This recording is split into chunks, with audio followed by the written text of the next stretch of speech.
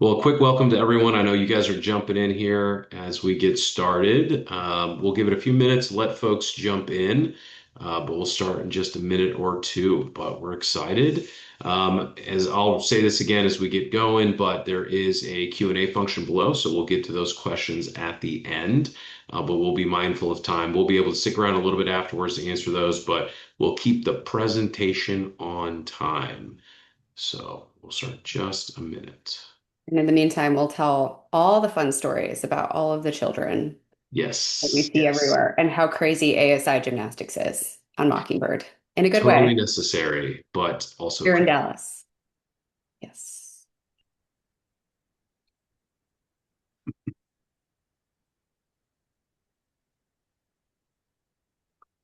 All right. I know we got a few more people are joining, but we are expecting an intimate crowd today, which will be great, which means we'll get to be able to answer more questions.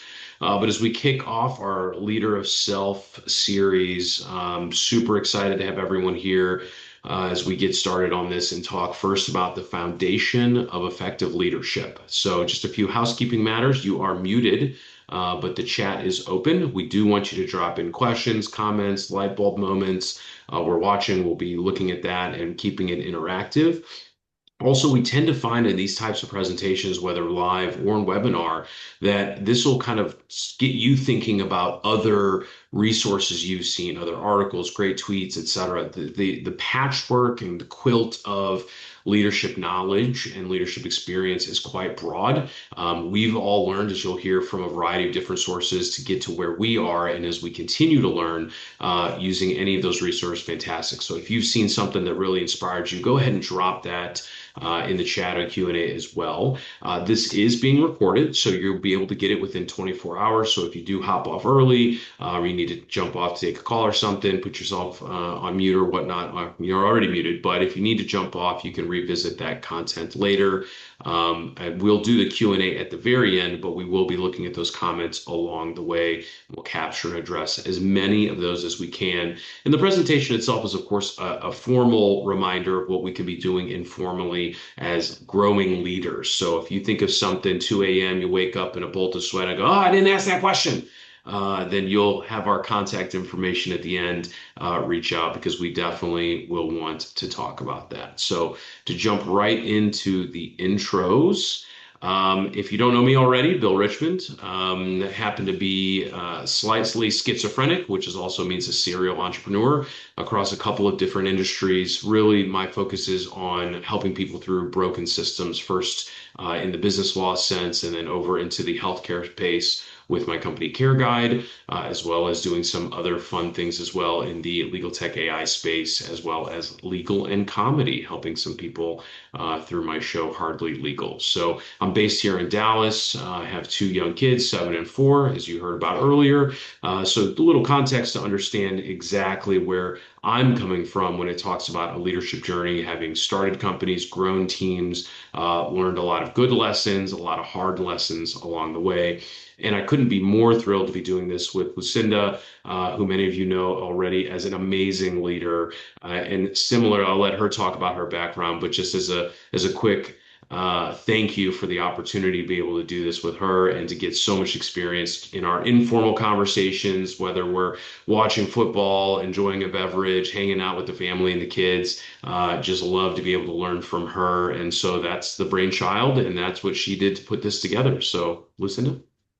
Thanks, Bill. I was going to say we need to make sure everyone understands the context of how we know one another as well, because they're hopping on and I'm just telling stories about our kids and me seeing your kids without you yesterday, just at their own gymnastics class. But um, so, yeah, I have been in leadership roles for far too long. I start to say I have over 20 years now, 22 years in my working adult life, which if anyone wants to do the math to figure out how old I am, go for it. But I was really lucky early on because I started with a company right outside of college, Boston Beer Company, that actually dedicated time, energy, and effort into these resources. So I look around the world sometimes. I'm like, why does everybody not just have these same sort of access to these trainings and things? And so it's become one of my passions in life to bring it to as many people as possible. And then I've left Boston Beer and worked in a handful of different environments, a lot in CPG, Bev Alc, and then also private equity startup companies. So, but all of that just couldn't keep me away from getting my executive coaching certification. I get out of bed in the morning to help other people, and I'm always looking for new books. I have a stack of books in my closet back here to read. And what I've loved about Bill is that our kids have known one another for the 5 years. We met just family friends. Our kids went to preschool together. We started hanging out. We would watch football. We'd kids' birthday parties, whatever. And I remember, I'll never forget one of the first like books that Bill gave me. This is not the very first, but one of the first was Naval Ravikant's book. It wasn't even a book he wrote, but it was a book that was written about him and his life and all of his tweet storms. And I was like, this guy knows some stuff. Um, and so I feel like we always curve our conversations, whether it's football, beers, or whatever, over to some type of book we're reading or, what class we've gone to or whatever. So it's really cool to be doing this together with you, Bill. And, just love that we come from totally different worlds and backgrounds. I'm not a lawyer. That scares me, would never try that. And so I think we bring like a very lovely balanced approach for it. Um, so just to get into it, and part of the reason what Bill and I were talking about all these things, we pontificate and solve the world's problems when we're together. Um, Bill, we talk about leadership, right? And how do we relate to it? And when we're talking about this topic of like leader of self, and we're talking about why we have to ground ourselves first, what was a moment? Tell me the moment, the story, one of the stories that you've told me about when you was just a very defining moment for you about leadership and when you first had like a light bulb moment go on for yourself. Yeah, for sure. It was early in the firm's career. We're about 10 years in with Platt Richmond, a full service business law firm, and we grew from three partners to over 30 lawyers across all aspects of helping businesses and entrepreneurs. And early on, one of our very first associates wasn't working out. We had given feedback as clearly as we thought we could in that circumstance. And one of my partners, who's much more versed in just the business side of things, was like, hey, you're going to take this one, kind of talk me through how to go about having that rip the band-aid conversation. I'm a big fan of the book Radical Candor. So the message there is that you care personally, but you challenge directly, and you're giving feedback, but then in the actual, separation conversation, have it go as quickly and painlessly as possible. Just the diving in and rolling around in the circumstances is just never good once the decision's been made. And I knew that going in. I knew that going in. It wasn't my first experience working with teams, but my first time having to be the one to rip the Band-Aid. And the person I was talking to was a younger employee. It was her first job, and I got dragged into it. There was defensiveness. There was on both sides at some point, and kind of getting into the reasons and the debates and the back and forth. And I say that as one of my most defining moments because, as this quote says that we have on the screen, it really did crystallize for me that this is an ongoing journey, but there's a lot more to go. It was in that moment that I had so much gratitude and appreciation for what other folks have gone for on the management and leadership side and what it means. And that it really is an all the time job, not just to do it, but to continue to learn it, to continue to understand how to communicate to different people in different roles, different backgrounds, different generations, different positions, and what matters to them. And meaning that I needed to work on my own self. I can still say that like I can remember the feeling in my stomach and in my chest and in my throat and my face as I was like, this is not going the way that I wanted it to go. And not understanding, right? Not necessarily having the level of empathy or sympathy to understand where that person was and to approach it in the way that we had intellectually discussed, but I had not yet quite internalized. So it really set me on a journey to say, I want to learn more, to be better, not only for myself and to have that kind of peace that comes with knowing how to actually be a leader, but also to remember that this is not something that's ever going to go away. This need to learn and to exercise and to grow on the leadership side. Yeah. Um, you touched on something that like I felt viscerally when you said that, when you're like, when I could feel it in my stomach and then in my throat and then in my face. And, you physically feel these things. And I think it's just, it's really good indication of what we're going to talk about later on down the road too. But yeah, that's a incredibly hard conversation to have. I think that's probably one of the worst conversations to have as a leader, but it's also one of the kindest. And we'll kind of like, that's what I think. We'll get to that later though. Yeah, well, tell us. I know we kind of answering the same question. Kind of, what was that moment that really uh, defined your journey on the leadership, not only doing but the learning? Tell us about that. Yeah, I changed this story last minute this morning. Bill and I were talking about our stories we were going to share. I changed it because this is like what hit me. I have so many stories, and I one of the things that Bill and I were talking about that we didn't say as we were coming into this, but like Bill and I feel specially qualified to bring you a lot of these things because we've learned these things firsthand, and I've learned most of this the hard way. I was very lucky to have a lot of really great training and great mentors early on in my career, and I still make it a point to seek them out. But there are just so many things that just don't come, naturally to all of us. So, one of the moments that I had was probably this like a major, major inflection point in my career.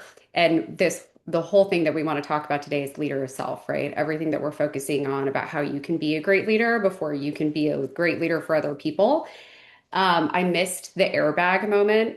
And I tell everybody this, like, they always tell you on an airplane, if you don't have kids, you probably haven't heard them say it, but like if the airbag drops, you have to put it on yourself first before you put it on your kid. And still to this day, like my kids are 7 and 9, they still stop and tell me every time. I'm like, I know, I get it. But when you don't do this in real life, this happens. So I was not 9 months pregnant. I was 7 months pregnant with my oldest son. And I had to go to Houston for my last work trip. I was approved to fly through 34 weeks. I was flying at 33, and I had to fire a manager. And it was the first time at that level that I had to go and let somebody go at that level. I had let other levels go, but this felt heavier. This, you know, grown person, family, lots of attachments, lots of things.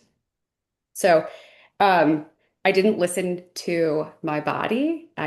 What was happening is my body had gone into labor and I didn't know it.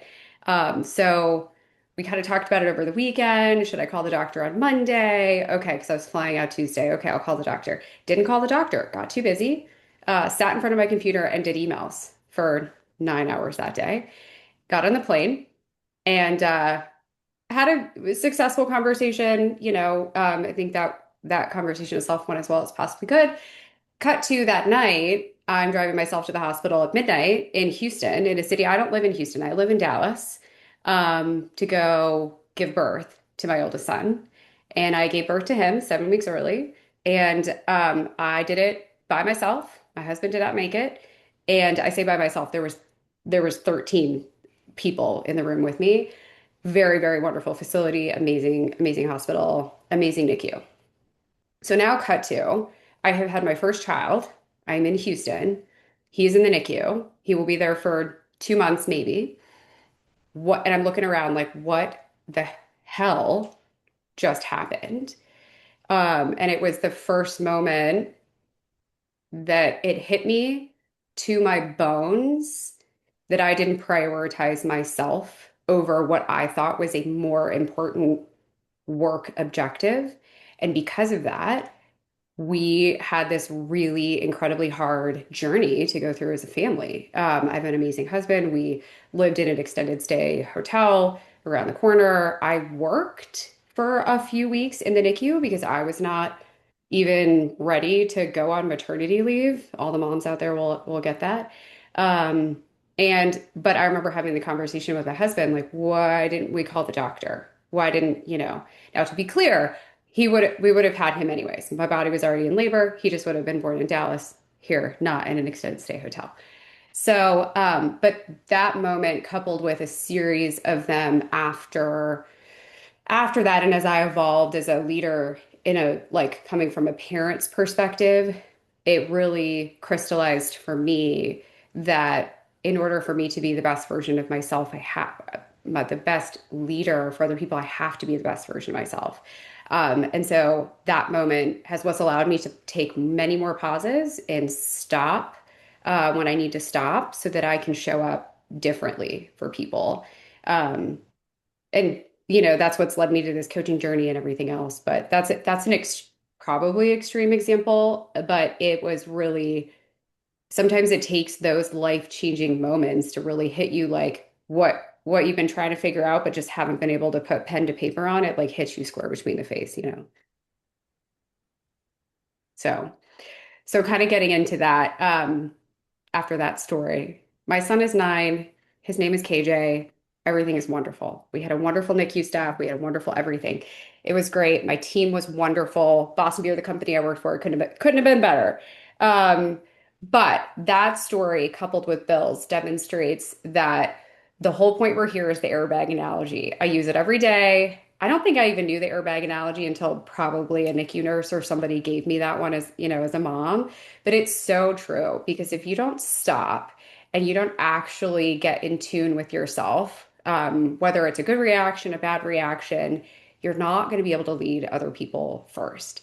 And the reason why Bill and I wanted to start to bring this series to life is because of all the leadership books, trainings, CLMs in the lawyer world, everything you've been to, it focuses on how you lead other people first. It focuses on the external factors. It might focus on how to give feedback. It might focus on how to delegate other things. But what it doesn't take into account is how do you receive feedback and how do you like, as an example, how are you relating to all of this yourself? Are you even showing up in the best way so that your team can relate to it? So we're really excited to be able to bring some of the things that we've learned throughout the years to y'all. First one, biggest one, pillar one. We're going to talk about four main things. Pillar one, self-awareness. This is like such a huge, broad term. But to break it down, it's really about recognizing what's going on in yourself. And that usually starts physically. Um, so your triggers, like Bill mentioned it earlier, what a great segue. Knowing your triggers. If you start to feel like all of a sudden my stomach hurts, like probably something's going on. All of a sudden, I'm like, my chest feels tight. Or maybe not even all of a sudden. You go home from work at the end of the day, or you're sitting in a meeting, or you're getting ready to go into a meeting. Those are all things that you're probably stressed. So being able to recognize that first and foremost, but then also knowing what do I do? What's my knee-jerk reaction, when you're stressed, right? Um, you have to know your strengths as well as your blind spots. We all have blind spots. We'll talk about how you can uncover blind spots. We still have them to this day, all of us. Doesn't matter how much work you've done on it. It's like going to the gym. Y'all, I hate to tell you this, but like you can't, these are things you have to put in the reps in every day. You don't just get to check the box on self-awareness and then think that you are fully self-aware now for the rest of your life. So, Bill, you've talked a lot about you talked a little bit about your triggers, what you felt, feeling in that conversation. Tell me a little bit about some of the patterns you think that you fall into when you're stressed.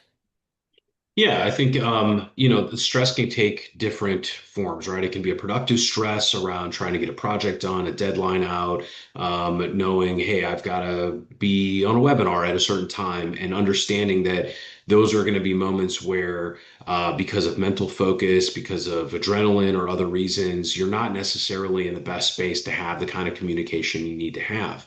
It may even just be kind of your normal working day, right? Like I know that kind of mid-afternoon is not the time to be really trying to engage in super focused work. And the late afternoon meeting is absolutely the worst for me. And it's maybe a little more mundane. But if you're thinking about when can I get focused work done? When can I have focused opportunity to have conversations, to be empathetic, sympathetic, or to frankly have the kind of mental resolve or physical resolve that goes into having hard conversations, setting that up in the right way, planning for it ahead of time, and making sure that you're good. So kind of going into that first example, that termination conversation, I remember that I wasn't setting myself up for success because I had just come off of a client call, had about 10 minutes in between, had already kind of talked about it, been prepped for it, but didn't really get into recognizing that this was going to be a uniquely hard conversation that required, kind of being fully present in every way, not just there having the conversation, but mentally aware of what's going on. Similarly, if you don't know your own, you're going to be much harder to be able to even understand what other people are doing, right? Because you're distracted about your own, again, maybe it's adrenaline, maybe it's stress, maybe it's other deadlines and things like that that are really distracting partially or even fully from what you're trying to do.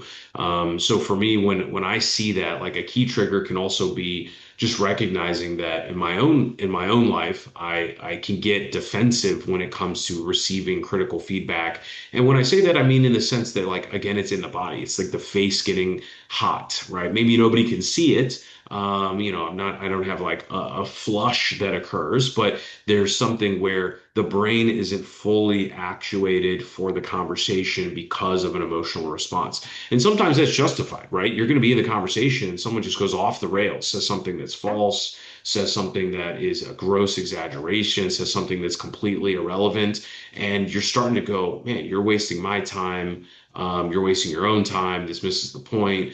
But at the end of the day, you still have to be there and deal with those circumstances as a leader. So I know for sure to be prepared for that, know that that's a natural kind of reaction for me, and then take a pause. Maybe have to move off the conversation. But as we see here on this next slide, it really is around managing my energy, managing my reactions, and knowing that whether it's in a town hall where I'm talking about good news or bad news, to match the energy, to be prepared and have that kind of conversation. But it all starts internally, right?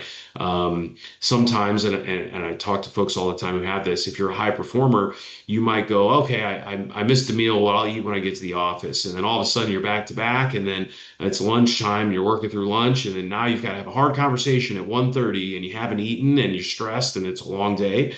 And even those little basic things can impact how it is. I saw a recent study that was saying about when people are taking new medication or supplements, the amount of ignorance that people have around their own body because they haven't taken the time to think about what their reactions are can have a big impact on how that medical treatment occurs or how those supplements are helping them. And it's the same way in a leadership conversation when it comes to self-regulation.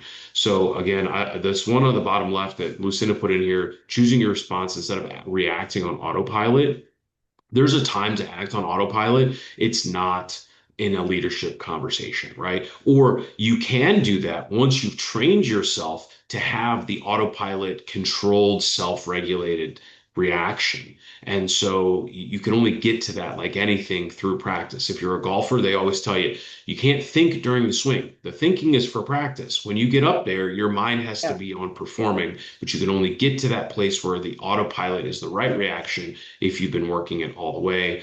Similarly, managing your energy, not just your time. Time is, of course, important. We got to block out meetings, we got to be there on time, etc. But how you show up in that moment. Maybe it's taking 15 minutes to do a walk, 5-minute breathing, stand in the sun, let it shine on your face, touch some grass. Right before you know you're about to go have a conversation, whether that's leadership internally or externally. So at the end, again, creating space, maybe that's a pause. Maybe that's a, hey, let's pick this conversation back up. That's the way that you can go and make sure that those reactions, that energy, don't just come in a raw sense. Now, you may be able to do that when you're talking to a peer, right? You may have a peer leadership team. In my leadership team, in my organizations, there's a broader band of conversations that can be had when you are in a room with people who don't have the complication of, is this my boss? Is this my boss's boss's boss? That kind of thing, those dynamics that go in. But even in a peer-to-peer leadership conversation, you're going to be needing to make sure that you aren't in a negative autopilot, and that you do have space between what's hitting you and how you're going to respond to it. Yeah. You just said so many fun things. So, and I think the connection between self-awareness and self-regulation is that triggers are normal. Your body's reaction to stress, what you perceive as stress, is like, anthropomorphic. Like it is so ingrained in us because we would have had to be running away from a woolly mammoth that's going to trample us or what have you. Nobody checked my history, or years that woolly mammoths and humans both walk the earth. But that is so ingrained in us. It's normal. You can't, and the expectation is not to get to a point where those things don't happen. The expectation is to get to a point where you know what you're going to do if those things happen. And so to your point, Bill, about the autopilot, that always makes me think of the book Atomic Habits. Like you can't actually just get rid of something that you can't actually just get rid of a bad habit. That actually like is a false, like we don't do that. What we actually do is we replace that with something that's maybe more positive, or maybe more positive in our environment, right? So, being able to kind of set your expectations and your boundaries. If you know you're going to get triggered because you're going into a meeting with somebody who shows up as a knower and they're going to tell you everything you did wrong, and they're going to tell you, do it like this, and this, and you're like, I want to throw my computer at you, then you're probably going to go touch some grass, get real grounded before you go into that meeting. We You joke, said but that on that point, there's a couple of different questions that you formulated as part of your leadership toolkit. So, kind of on the your own personal story, give us a little example of kind of how this self-awareness turns into affecting self-regulation. When are you at your best? When do you crash? What drains you? What fills you up? yeah, it's funny because every time I do these, I do think of different things. Because some of this is seasonal, some of this is cyclical too, right? There is nothing better for me than going for a walk, truly. And we joke about like the literal part about getting grounded. I do this in some of my trainings, but like make everybody stand up, take your shoes off, stand on the ground, feel the ground, whether it's carpet, tile, whether it's grass, whatever, it forces you to feel something physical.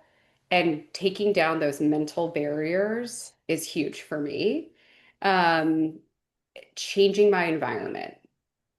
It sounds dumb and hard to do, but if I have been in a tough meeting, if I have been on a tough call, or just simply been sitting in front of my computer for too long, I will get up and I will go do something else. And whether that's go for a walk, I mean, heck, I will fold some laundry, just to change my environment. And it changes my mindset so significantly. Um, when I'm at my best, you want to catch me in the mornings. Most everybody who I know like knows this. If you text me post 6 p.m., you will get a response the next morning. It might be before 6 a.m., it might not be. But I prefer to do my thinking, my like hardest focus work. I always schedule and time block in my calendar for in the morning because I know that that's when I'm going to be like fresh. I'm going to have my coffee. Like I'm going to feel really great. People who ask me for meetings or potentially like a coaching session later in the day or even on a Friday afternoon, usually I steer away from that because it doesn't matter what I do. It doesn't matter how much coffee I drink. It doesn't matter how well I've eaten that day. If I've already worked out or whatever, I won't show up in my best place because I'm just feeling too much mental drain. That's not every day of the week. That's not every day, right? But I know myself, that part of myself well enough, thankfully, that I can try and like really plan around it. I don't get it right every time, but sitting down and answering those questions on the leadership toolkit is really eye-opening because it makes you think about things you probably haven't been asked recently either. Yep. Well, our third pillar is clarity. So if you're building on the blocks here, you are aware of yourself, you understand what your triggers are and how to regulate those and to be the kind of leader you want to be. And then the real next step is around clarity, right? You have to truly understand what your own priorities are. Maybe that's tasks, maybe that's roles, maybe that's what's delegated or what's owned. And then at the larger set, what are the milestones? What are the goals? Maybe you're on the OKR side, objectives and key results. Maybe your milestones. Maybe you're in EOS, right? You've got rocks and things like that along the way. But you're at the end of the day, being clear on those priorities. It's most of you probably heard it, making SMART goals, right? Specific, measurable, attainable, et cetera, reasonable, timely, or time-based. And those are all really important because as you go through and you hit these collision points along your day, understanding where you need to have energy, where you need to preserve energy, you can only really grade that against what you have pre-decided in moments of clarity yourself. What is the important things that need to get done? Every one of us has a ton of different things, whether you have kids, you don't have kids, whether you've got one business or multiple, whether you've got three direct reports or 30, which you should not do 30 unless No, you're Elon Musk, and too probably much, not even too good much. either. But no matter how big your organization is, maybe it's just you on your own working with customers directly. Either way, you have to understand what's important for your own time in order to then be able to communicate that properly to those around you. It even works within the family, right? I mean, how many times are we telling our kids, okay, 5 minutes till the next one, right? 3 minutes till it's time to go, 1 minute till it's time to go?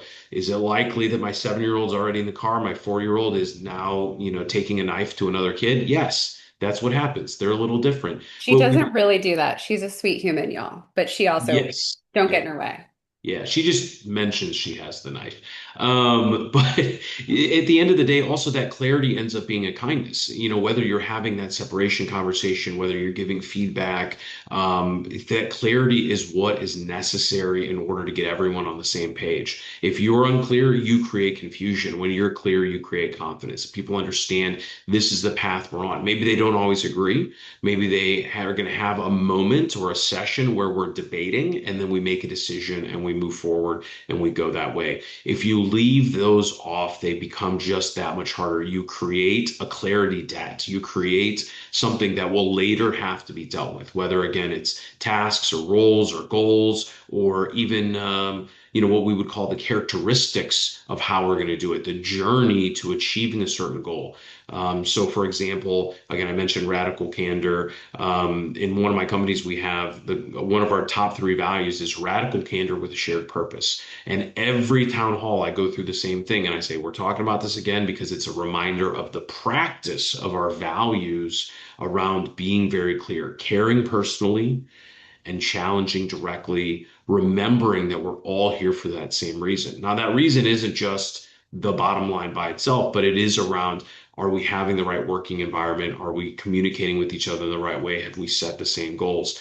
But if any part of that is unclear, it then becomes a potential risk of misalignment, of misexpectation. So again, clarity is the key, continuing to treat that as a practice.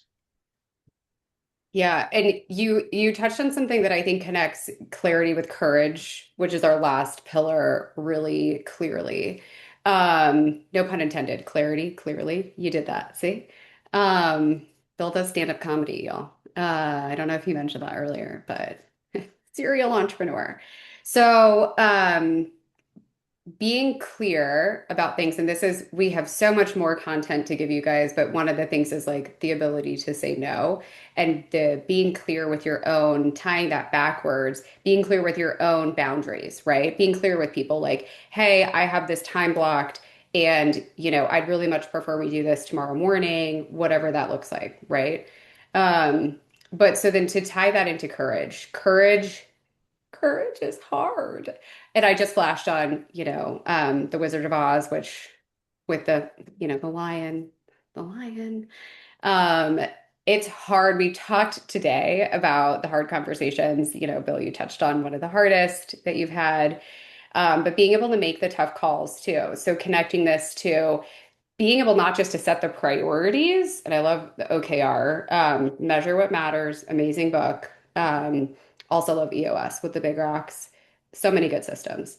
But once you have your priorities set, so like if you're a top four value, it sounds like is radical candor, you can't just add six, seven, and eight. You have to be able to say, no, we're sticking to these, even if somebody else wants to add more to it. So being able to make not just have the hard conversations, make the tough calls, this is one of those things you have to be able to train yourself to do. And you can learn to do these things, even if they don't come naturally. But having the hard conversations, knowing how to respond to give feedback, that's kind of an art in itself. And there's a lot of great resources out there that I think Radical Candor is actually a really great resource for thinking about how you have those conversations. Um, it's again back to the triggers. it's not that it's not going to happen. You're still going to be afraid. You're still going to feel this physically about when, if you have to go make a hard decision, whether it's saying no to someone, whether it's setting a priority and making sure everybody understands it, whether it's having a tough conversation, all of those things, it's normal to feel those things, but you can build up the muscle. Remember my gym connection, like put in the reps. You can build up the muscle of feeling better about doing that. And it's just so big, right? So like I love, courage. It's hard when you're putting things off.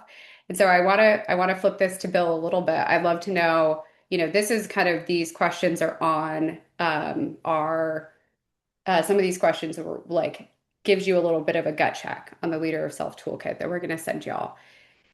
When you're avoiding something because you're scared of it, stuff happens. Things get worse. Trust erodes, all the things, right?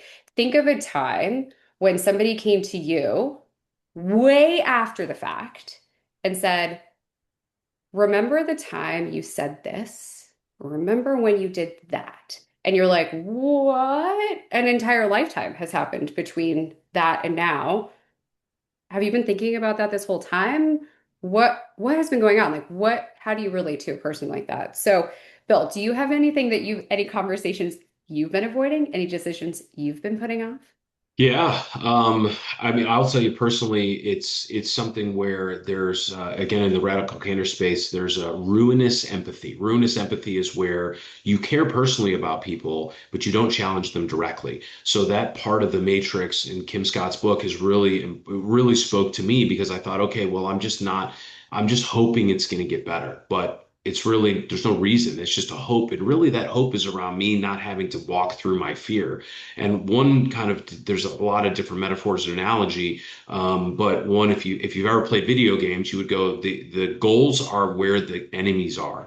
You know, like if you're running towards the gunfire, you're probably in the right direction. Great That's analogy. when you're moving towards the problems or you're looking at the fear and not looking away from it. You can see that every type of freedom, every type of win is on the other side of those fears and those hard conversations. So I actually, yesterday I had to like get myself up to make two calls. I had to make one was a client call. I had to, it wasn't actually bad news. It was just I knew this client was going to react negatively to some work that I needed the client to do, and I just was like, man, I don't have the energy to do this. So I went outside, I let the sun be on my face, and then I just dialed, made the call. And guess what? It wasn't that bad. Was the client not happy about it? Sure, but they're the one that decided to do what they needed to do in this particular matter. And this was a necessary consequence. So I had put in front of the necessary conversation, this fear of having a negative conversation with them and what the consequences of that would be. But really, there were no consequences. I knew that they needed to do it. This is something they wanted to get done in the larger goal. And so just went ahead and get it done.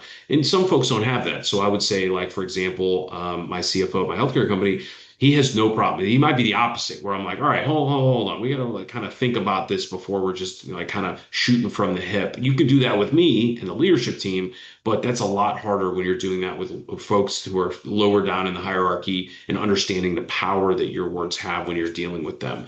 So at the end of the day, the team is going to reflect what you're doing. And if you're not addressing those things directly, it becomes hard. And also remembering that you have to encourage people to do that, right? Because they have that natural fear about what they're doing and whether they can be honest or not. Some of them may be carrying baggage. If you've got a little baggage about telling the truth, you can imagine that someone who is not in a leadership position is even more scared because they've been at organizations where you tell the truth and you're the problem, right? Now, again, how you do it, being professional, caring personally, making sure to give that in the right way, the right context is important. But at the end of the day, all of the things that you're avoiding are what's going to be a bigger problem down the road, whether you call it technical debt, doing things the right way from a technician standpoint in the work you do, or from a management debt or a leadership debt, and being able to exercise this honesty and move through those problems faster and build the respect of your team in doing it that way.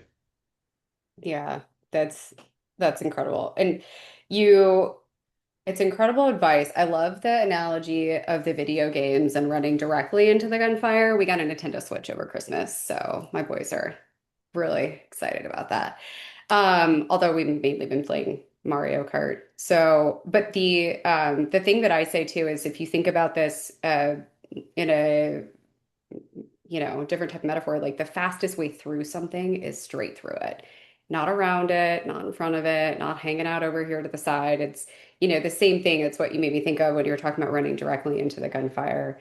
And the other comment I wanted to make too is you have said a couple different times about having, and you didn't call it this, but you have a safe space of the people you know that you can talk to about situations where it's not unprofessional, it's not unkind to do so. Like if you're in a group with your CFO, for instance, and you are needing to vent and talk through some situations, and how are you going to go approach these with the team? That's like such a great place to do that. And that in itself is the act of being self-aware, but then also we're having the courage to work through that, right? So I just wanted to call that out that I think that's something that people don't do enough. I encourage every team I ever work with, every team I've been on, like make sure you have a group text that does not include me. Get with your peers, but leave every other leader off of it because that's, you want to have those safe spaces to be able to go. So on this next slide, we're talking about how all four of the pillars work together. We've kind of described that as it happens, but seeing them all together really sets the environment, right? If you know what you need to work on in order to create self-regulation and show up as the best leader, you'll be able to deliver with clarity what the priorities are in a way that people understand. And then as you build that courage, you'll have more and more of those conversations. So all of these are foundational. You can think of them as a pyramid, and that ultimately getting to that place where at the top of the pyramid, you're moving the organization forward, you're moving your teams forward, you're moving those relationships forward in order to be able to achieve what it is you want to achieve. So when you see the inside, you can choose response versus reacting on autopilot, lead intentionally. The self-regulation allows you to have those conversations very clearly. If you're aware of when you're going to be an asshole, that's fine. But if you don't practice misdirecting or redirecting that assholery into something important like sports betting or something else by yourself, jujitsu, I don't know, but not to your team. Okay. You can go yell at the TV screen, do it. Do it alone. Do it alone. But either way, again, making sure to how you practice the self-awareness, the lesson you learn from it, and then having that clarity to go, okay, now we're going to take within this space of self-awareness and self-regulation, we can really get clear on what we're doing and then use that clarity to go, okay, if I want to achieve this KPI, if I want to hit this metric, if I want to knock out this OKR or this big rock, it's going to require us to put the right person in the right seat to address this problem, to go tell someone, hey, we're going to be doing these next things, or to even have the courage to go, I don't know what this is, and we got to go find a solution, or I'm too busy and we've got to delegate or bring on a new team member, or hey guys, this isn't working. We got to shut this project down, or we've got to go get more funding, or we've got to, do something more radical in order to let it happen. But rarely, again, does avoiding it do things just happen to work out, right? That just rarely is the case. So this is a system. It's not really four separate skills that are interconnected. If you have a bunch of courage, but without clarity, self-regulation, or self-awareness, frankly, you're just being a dick. There's no other way to say that. That's not courage. That's when people are like, let me give you the harsh truth, right? And it's like, why does it have to be harsh? If you care, and it's part of the goals and part of the shared purpose, it isn't harsh. The result might be harsh, but you doing it doesn't have to be harsh. And that's what I think some people misunderstand if they only have part of the system and not all of it. And as you develop each pillar, it gets easier, more self-awareness, more regulation. Better self-regulation leads to more clarity, moments when you're acting from what objectively you want to do in a good space, as opposed to reactivity from emotions that are taking over. One other book recommendation.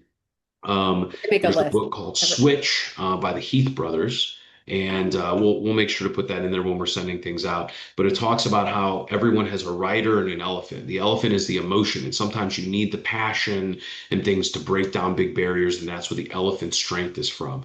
The rider is the intelligence trying to direct the elephant. But if they are not working in sync, the elephant will just take over and will drag the rider wherever it goes. And when the elephant stops, the rider goes, man, this is not where I wanted to be. I didn't want to be having this hard conversation or creating a bunch of kerfuffles and animosity where it didn't need to be. So syncing those two together is really important because we do have these separate parts within our own bodies, within our own systems, and making them work together is going to be what the entire part of working these pillars are.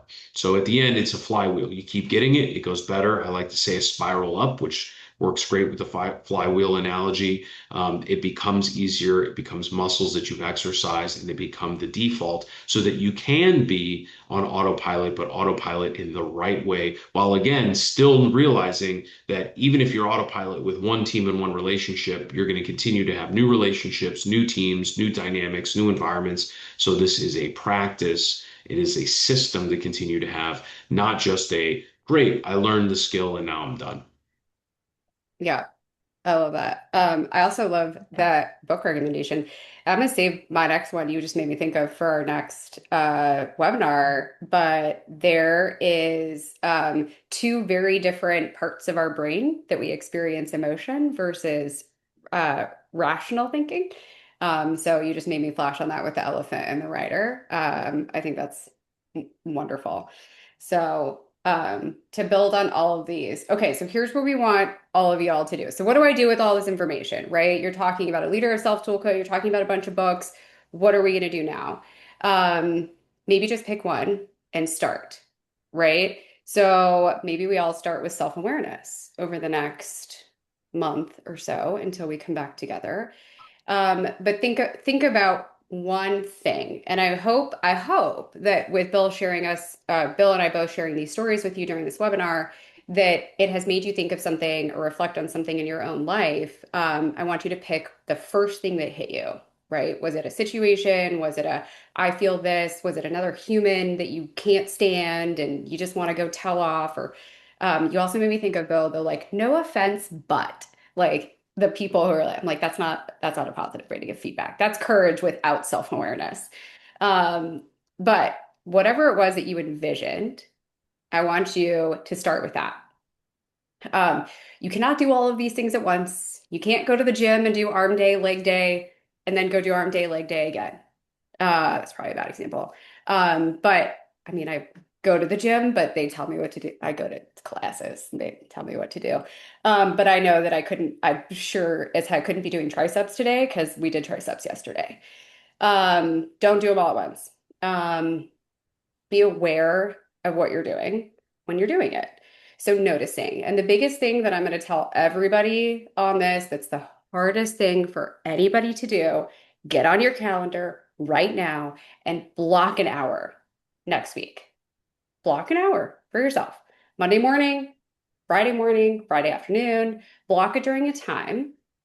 We're talking about knowing yourself. Block it during a time where you won't be drained. You'll have energy and sit down and go through these questions. We're going to send you the Leader of Self Toolkit, just a great place to start. It's going to start helping you peel back these layers of all of these pillars. But even if you don't do that, even if you're like, Lucinda, I hate toolkits, I'm not going to print that, I'm not going to fill it out, go outside, go for a walk, go read a book, go listen to a podcast, do something where your brain can process what it is that you're feeling, what it is that's important to you.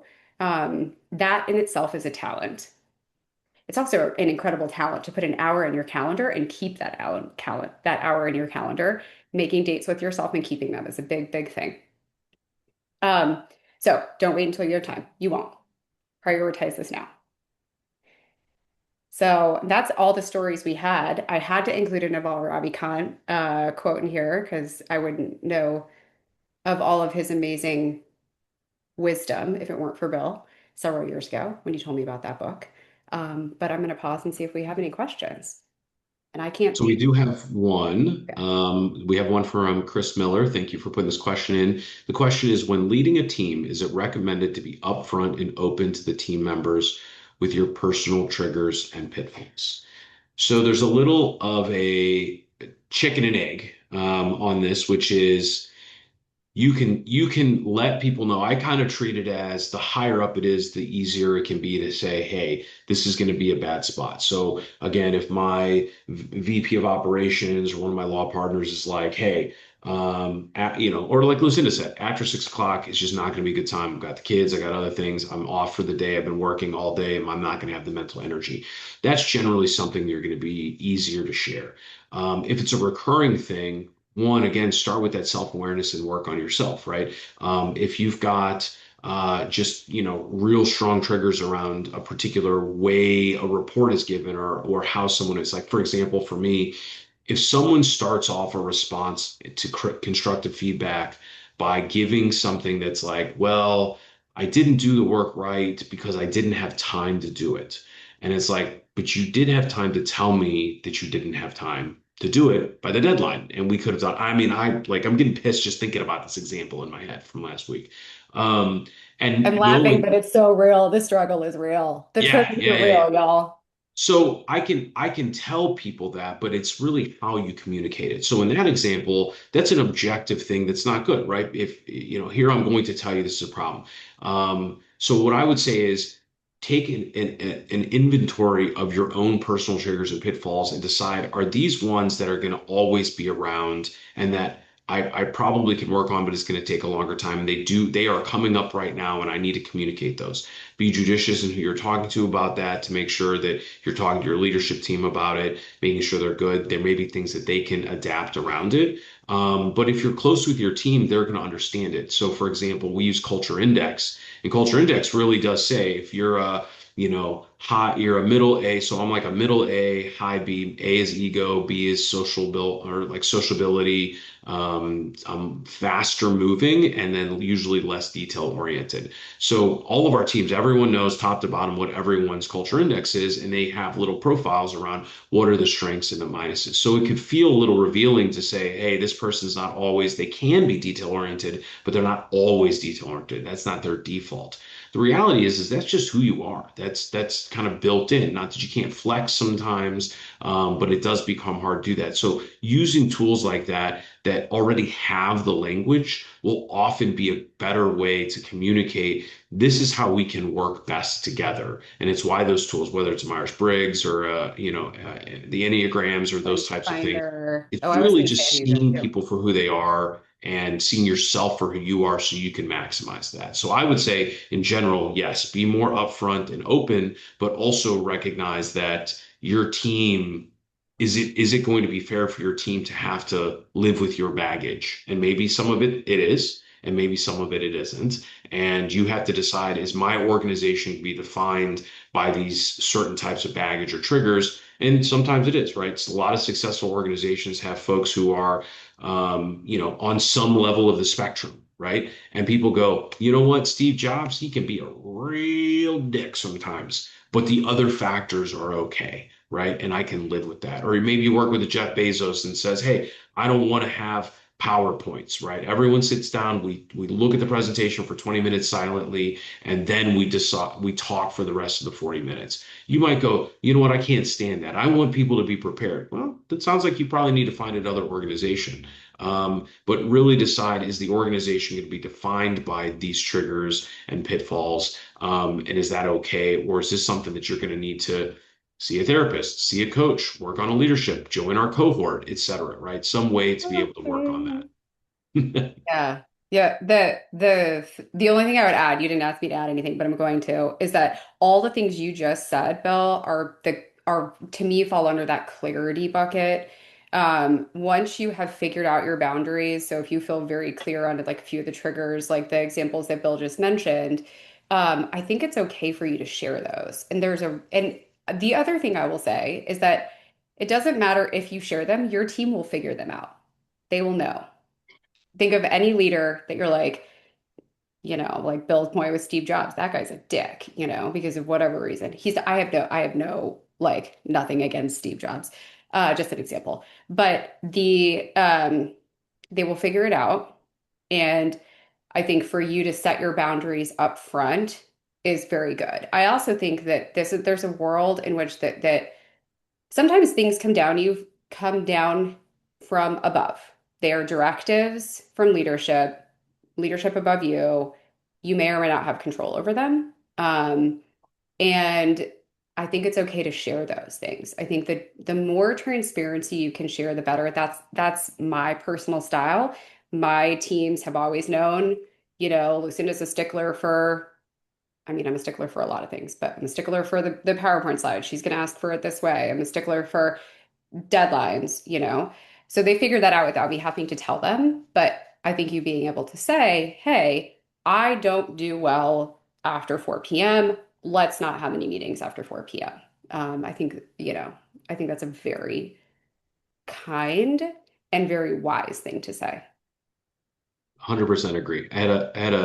When in my very first law job, I had a partner, a very senior partner, who did not come in until 10 o'clock every day because he needed 2 or 3 hours. And in talking with him about it, he was like, I just learned that my whole day will go off if I start it with meetings and calls. So I stay at home in my office and I don't look at email and I don't look at the phone and I just crank out to work. Now, he has had his assistant who could reach in if there was an emergency or something like that, but he blocked off that time. So sometimes it's going to be something like that, right? Maybe it's how things are presented. Maybe it's the length of meetings. Maybe it's how many people are in the meetings. Maybe it's how reports are done. But the very first step has got to be when you're in your everyday, maybe you keep a little journal in your phone, a little note, maybe keep a hard journal of like, what is the emotional reactivity that you're having?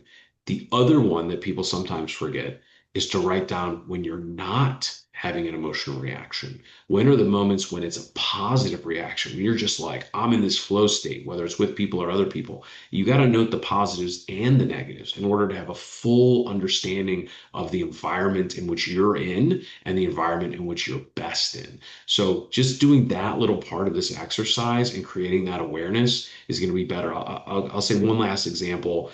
I recently started, I love taking photos. Lucinda does. I'm always the one that's like taking the photos when we're doing family stuff together. Always. Y'all, they always come out the best. He can take it on my phone, a friend's phone. He can take it on a kid's phone. It's the best picture it's ever been taken. Promise. Thank you. And a couple of months ago, I was just like, I love capturing these moments, my kids, my family, just walking around, but also just not knowing and seeing more beauty. So I started taking 15 minutes a day to do this online course to get better.